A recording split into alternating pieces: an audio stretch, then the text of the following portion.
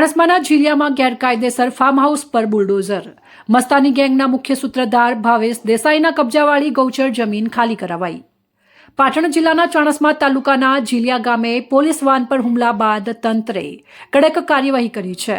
મસ્તાની ગેંગના મુખ્ય સૂત્રધાર ભાવેશ દેસાઈ દ્વારા ગૌચરની જમીન પર બનાવેલા ગેરકાયદેસર ઝીલિયા ફાર્મ હાઉસ પર બુલડોઝર ફેરવી દેવાની શરૂઆત થઈ ગઈ છે.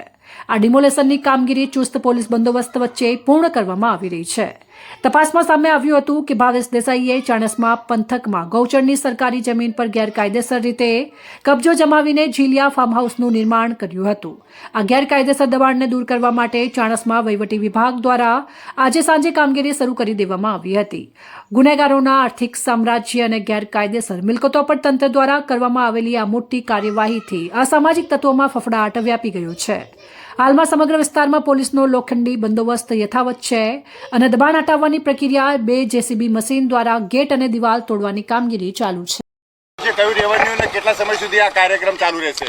હાલ જે રીતે મેં આપને કીધું એ રીતે પંચાયત વિભાગ, મામલતદાર સાહેબશ્રી અને અમારી પોલીસની સમગ્ર ટીમ આ સ્થળ ઉપર હાજર છે અને ગૌચરની જમીન ઉપર જે ઇલીગલ કન્સ્ટ્રક્શન હતું, એન્ક્રોચમેન્ટ હતું એ હટાવવાની કામગીરી ચાલુમાં છે. ઘણું બધું એન્ક્રોચમેન્ટ હટી પણ ગયું છે.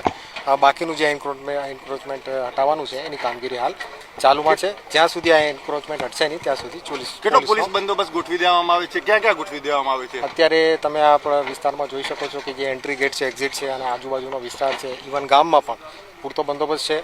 પીએસઆઈ શ્રી, પીઆઈશ્રી અને મારી આખી ટીમ અત્યારે સ્થળ ઉપર હાજર છે અને જ્યાં સુધી આ દબાણ હટાવવાની કામગીરી પૂરી નહીં થશે ત્યાં સુધી પોલીસનો ચુસ્ત બંદોબસ્ત અહીંયા રહેશે. આંકડામાં કહી શકાય કે કેટલા પોલીસ અધિકારીઓ હશે? દબાણ છે ખાલી વરંડો હટાવશે પછી અંદરનો પણ કોઈ ભાગ? અત્યારે આ પ્રોસેસ ચાલુ છે અને જે ટેકનિકલ માહિતી તમે વિસ્તરણ અધિકારી છે અથવા પંચાયત વિભાગ પાસેથી મેળવી શકો.